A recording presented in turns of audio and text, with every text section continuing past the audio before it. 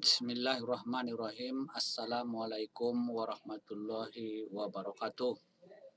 Alhamdulillahirabbil alamin. Wassalatu wassalamu ala asrofil anbiya'i wal mursalin wa ala alihi wa sahbihi wasallam ajma'in.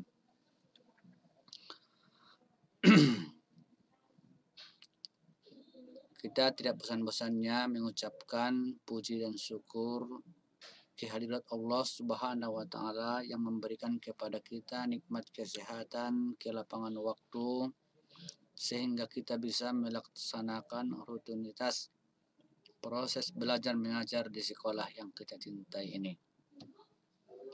Salawat bering salam keruh junjungan kita Nabi besar Nabi Muhammad sallallahu alaihi wasallam, di mana syafaatnya lah yang kita harapkan mulai daripada saat ini sampai dengan yaumil akhir nantinya. Anak kami yang kami sayangi, di sini materi kita adalah tentang dakwah Rasulullah Shallallahu Alaihi Wasallam periode Madinah, di mana alur daripada Rasulullah Shallallahu Alaihi Wasallam periode Madinah, dakwah Rasulullah Shallallahu Alaihi Wasallam periode Madinah, yaitu tahun 1 Hijriah. Tahun 1 Hijriah Rasulullah Shallallahu Alaihi Wasallam hijrah, di mana pada tahun kedua Hijriah terjadi perang Badar, dan tahun 3 Hijriah terjadi perang Uhud, dan juga perang Khandaq atau Ahzab, dan juga perjanjian Hudaybiyah. Dan tahun ke-8 Hijriah terjadi Fatu Makkah. Dan tahun ke-10 Hijriah seluruh jazirah Arab dikuasai umat Islam. Sejarah dakwah Rasulullah Shallallahu Alaihi Wasallam periode Madinah. Arti daripada hijrah, tujuan Rasulullah Shallallahu Alaihi Wasallam dan umat Islam berhijrah. Arti hijrah meninggalkan perbuatan buruk untuk melakukan kebaikan.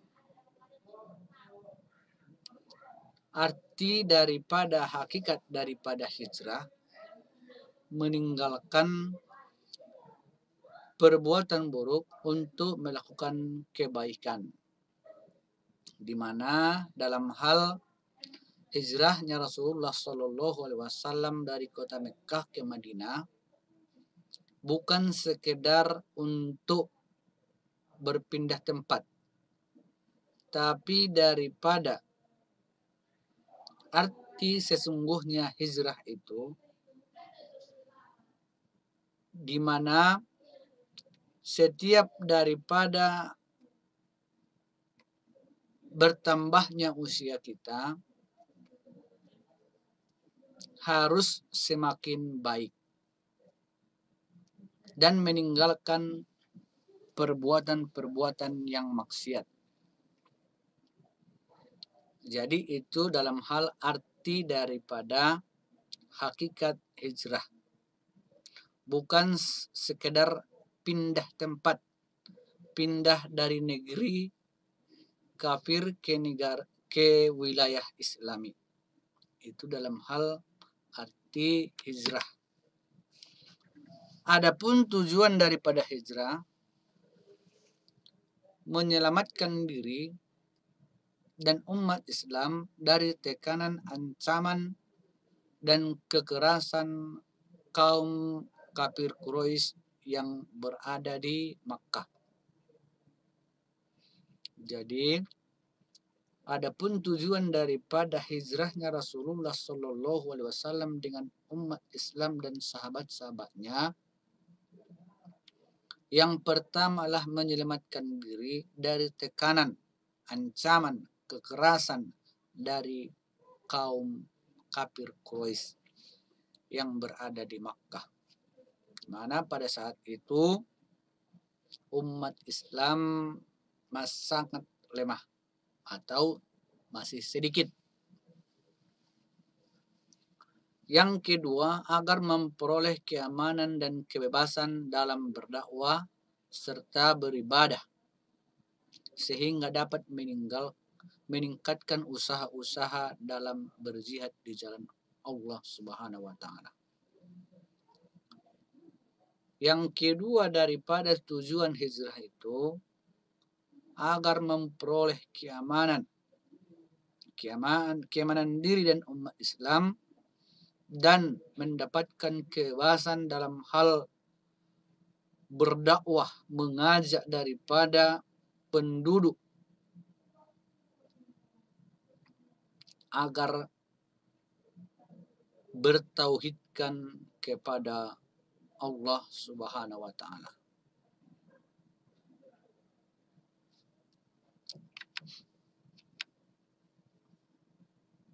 Dakwah Rasulullah Shallallahu alaihi wasallam di Madinah berlangsung selama 10 tahun.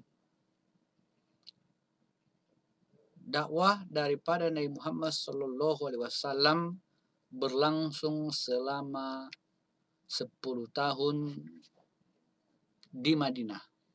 Adapun materi dakwah yang disampaikan oleh Rasulullah Shallallahu alaihi wasallam yang materinya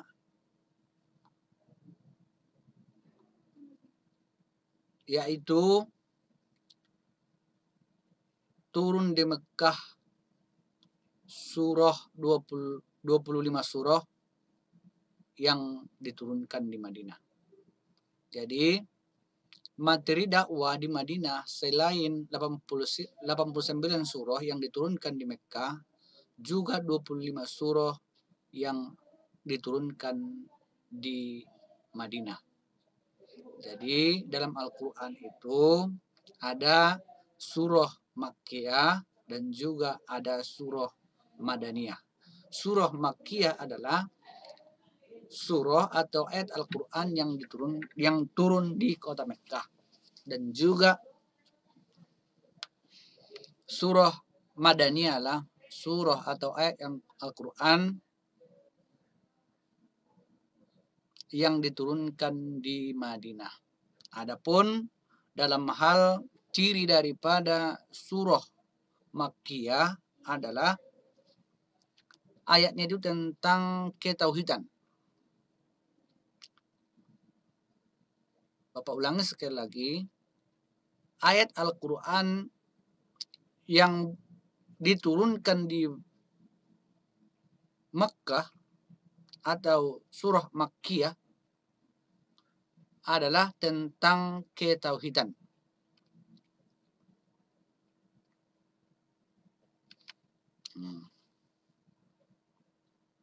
Sedangkan isi materi surah yang diturunkan di Madinah atau Madaniyah, surah Madaniyah adalah tentang sosial kemasyarakatan, tentang peperangan, tentang membela diri, tentang menjamin kelancaran dakwah, tentang untuk memelihara umat Islam agar tidak dihancurkan oleh bala tentara Persia dan Romawi.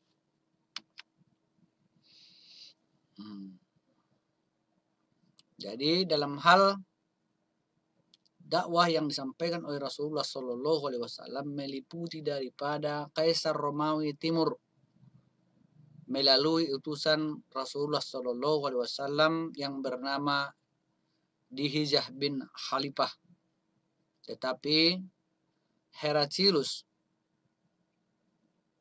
tidak menerima seruan tersebut karena tidak mendapatkan restu dari pembesar dan pendeta Romawi. Jadi dalam hal dakwah Rasulullah Shallallahu alaihi wasallam sampai ke orang-orang yang berpengaruh di tempat atau wilayah tersebut sampai kepada pembesar-pembesar dan juga pendeta. Jadi melalui daripada utusan Rasulullah Shallallahu Alaihi Wasallam untuk menerima seruan tersebut dan mengirim hadiah-hadiah berupa budak wanita, keledai, pakaian, dan kuda. Jadi dalam hal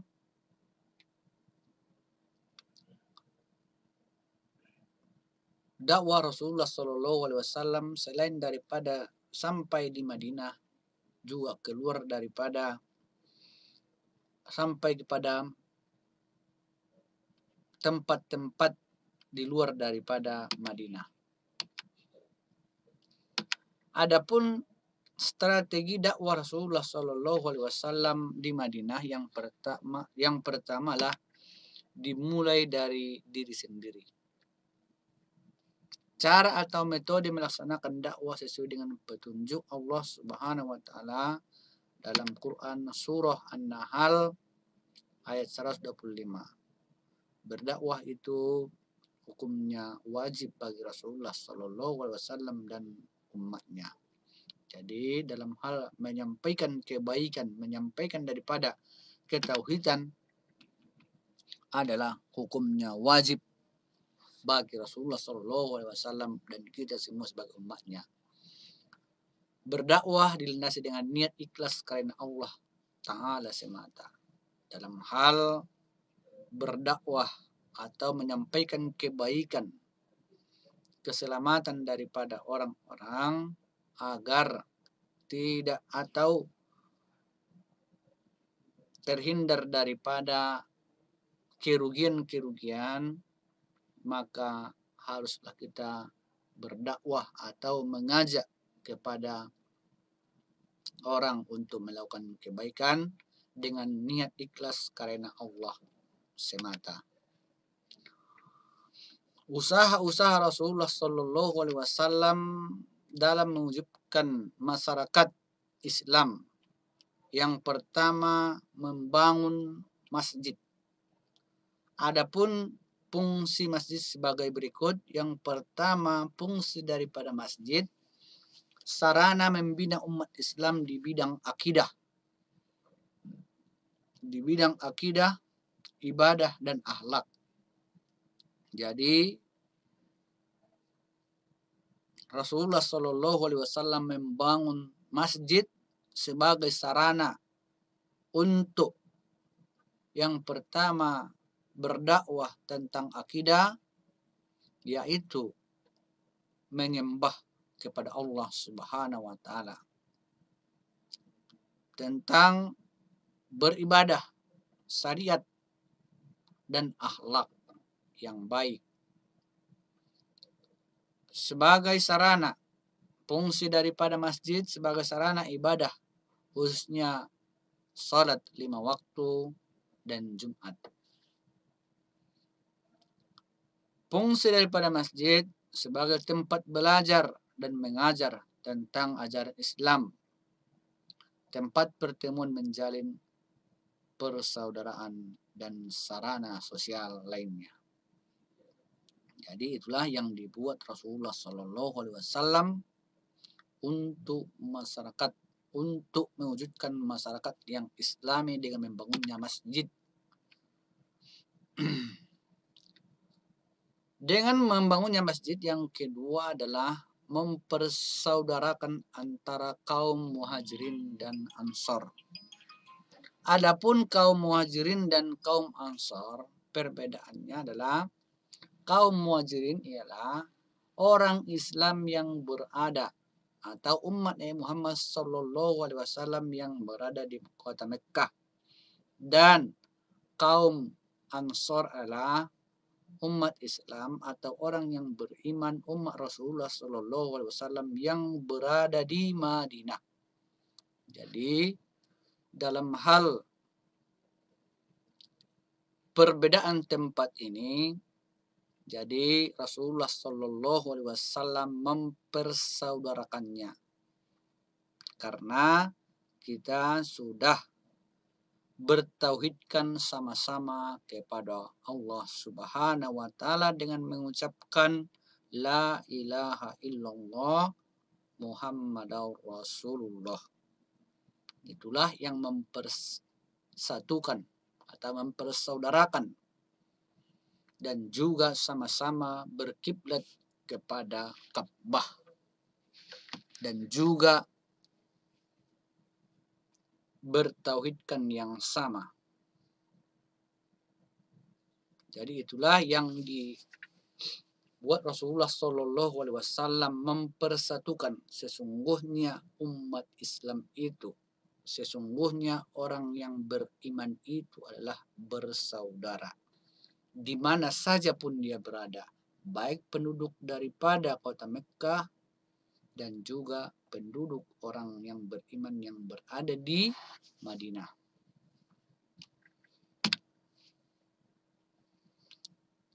Yang ketiga,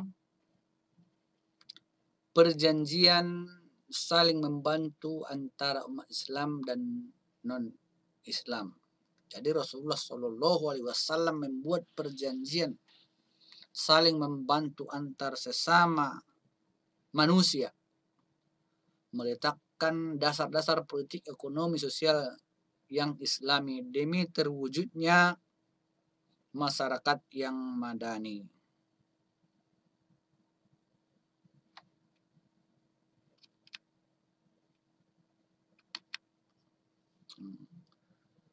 Piagam Madinah. Adapun daripada isi Piagam Madinah yang dibuat Rasulullah Shallallahu Alaihi Wasallam, setiap golongan dari ketiga golongan penduduk Madinah memiliki hak pribadi, keagamaan, dan politik. Yang kedua, setiap individu penduduk Madinah mendapatkan jaminan kebebasan beragama. Yang ketiga, Piagam Madinah, seluruh penduduk Madinah yang terdiri dari kaum muslimin, Yahudi, dan orang-orang Arab yang belum Islam, sesama mereka hendaklah saling membantu dalam bidang moral dan material. Yang keempat, Rasulullah Shallallahu Alaihi Wasallam adalah pemimpin seluruh penduduk Madinah. Segala perkara dan perselisihan besar yang terjadi di Madinah harus diajukan kepada beliau untuk diadili sebagaimana mestinya. Jadi itulah dalam hal isi daripada Piagam Madinah ini dan juga dakwah Rasulullah Shallallahu Alaihi Wasallam di Madinah. Jadi kita bisa melihat dan juga mengambil iktibar untuk kehidupan kita sekarang ini, bagaimana dalam hal mengembangkan dan memperkokoh persaudaraan di sesama umat Islam. Kita tidak salah untuk mempelajari kembali strategi Rasulullah Shallallahu Alaihi Wasallam dalam hal memperbaiki tauhid atau akidah, akhlak, dan moral. Baik di lingkungan sekolah, anak-anak kami, di masyarakat, dan di rumah kita masing-masing.